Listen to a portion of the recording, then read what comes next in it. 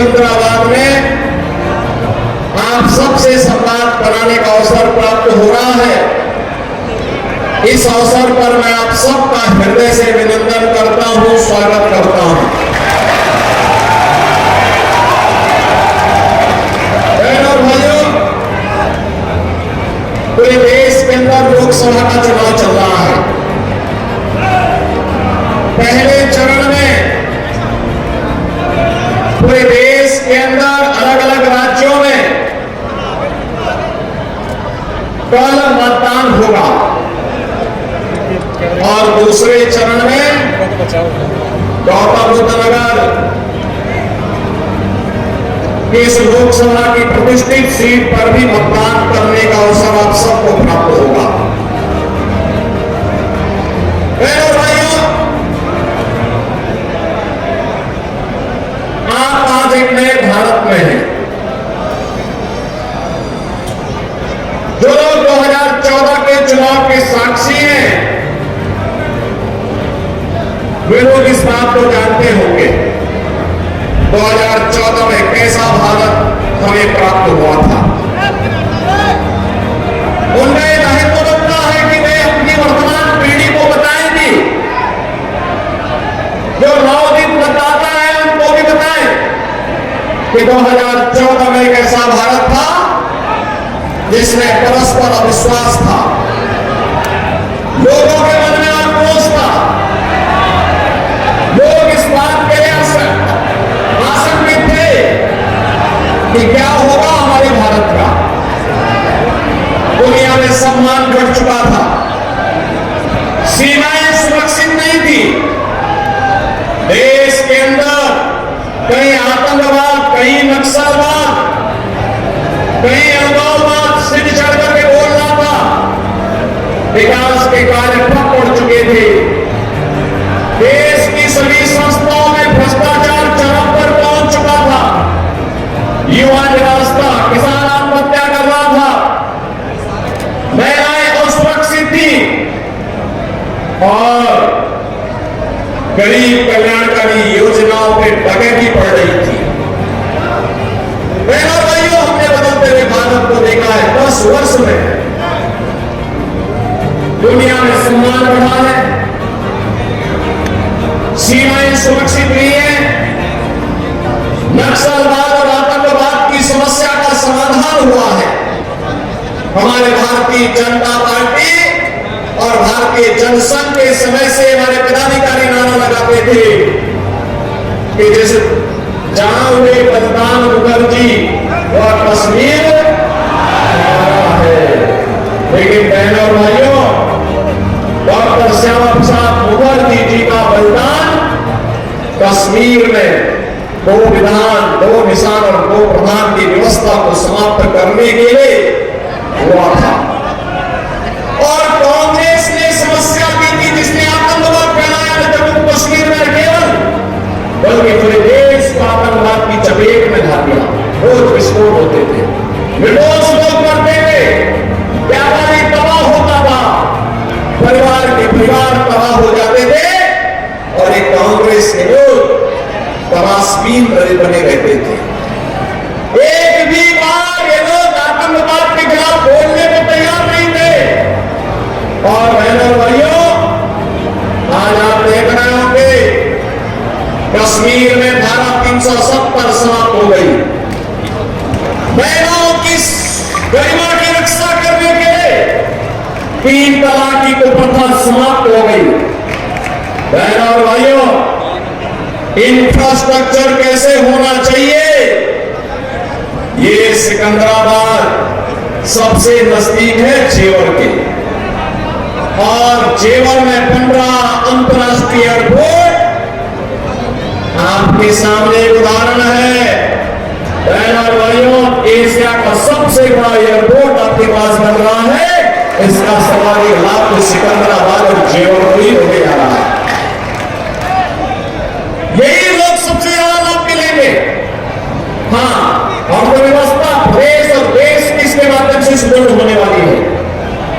12 लेन और 6 लेन के 8 लेन के हाईवे बने, रैपिड रेल की सुविधा देने जा रहे हैं। मेट्रो आ रही है। बहनों भाइयों, रेल की कनेक्टिविटी, डेडिकेटेड फ्रेट कॉरिडोर का जंक्शन दादरी में हमारे विधायक बैठे हैं। इन्हीं की विधानसभा क्षेत्र में डॉक्टर महेश श्रीवास्तव शर्मा जी के इसी क्षेत्र में इसका भी लॉजिस्टिक का सबसे बड़ा केंद्र, देश का सबसे बड़ा केंद्र बनने जा रहा है, जहां लाखों नौकरियां निकलने वाली है। भाइयों, ये पहले दुनिया के अंदर इस प्रकार के इंफ्रास्ट्रक्चर के लिए जाना जाता था, लेकिन आज सौभाग्य से ऐसा इंफ्रास्ट्रक्चर आपके पास मौजूद है, या बनने जा रहा है, या बन रहा है। और गरीब कल्याणकारी योजनाओं की तो कोई सामी ही नहीं। 80 करोड़ गरीब देश के अंदर पिछले 4 साल से मुफ्त में राशन की सुविधा का लाभ प्राप्त। गरीबों को 5 लाख रुपए की आयुष्मान भारत की सुविधा प्राप्त हो रही है। वे कहीं भी जाकर के उपचार करा सकते हैं।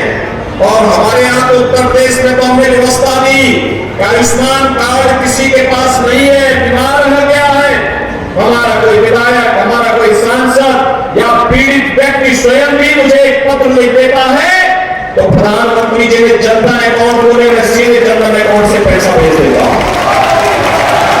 क्योंकि मुझे मालूम है कोई बीमार होगा तो उस परिवार की क्या स्थिति होगी, और इसीलिए बीमारी के कारण उस परिवार पे कोई आर्थिक बोझ न पड़ने पाए, इसकी जिम्मेदारी सरकार अपने ऊपर लेती है, उपचार का खर्चा स्वयं वहन करने के लिए तैयार रहती है। बहनों भाइयों, 12 करोड़ अन्नदाता किसानों को किसान सम्मान निधि का लाभ, नारी गरिमा के लिए 12 करोड़ घरों में शौचालय का निर्माण, 10 करोड़ गरीब महिलाओं के लिए उज्ज्वला योजना का रसोई गैस का कनेक्शन, 4 करोड़ गरीबों के सिर ढकने के लिए आवास, और नोएडा, ग्रेटर नोएडा, यमुना और यमुना अथॉरिटी में बिल्डर डायर की समस्या का समाधान करते हुए जिन लोगों के वर्षों से मामले लंबित थे, उन सबके मामले समाप्त कराते हुए हम लोगों ने आज बायर्स को उसका हक देना वहां प्रारंभ किया है। बहनों और भाइयों, ये पहली बार हुआ है, 2.5 करोड़ गरीबों के घर में बिजली पहुंच गई, ये पहली बार हुआ है। ये योजनाएं पहले भी चल सकती थी, लेकिन पहले देश के हित के बारे में सोचने वाले लोग नहीं थे, पहले तो अपने परिवार के बारे में सोचने वाले लोग थे। इसीलिए तो पैरों में चुनाव नेशन फर्स्ट बना फैमिली फर्स्ट के बीच में होने जा रहा है। स्वार्थ के परिवार में और मोदी के परिवार में, मोदी का परिवार 140 करोड़ का भारत है, इसलिए उनके लिए राष्ट्र पहले है, और कांग्रेस, सपा, बसपा इनके लिए अपना परिवार महत्वपूर्ण है, इसलिए अपने स्वार्थ के परिवार के बाहर सोच भी नहीं सकते।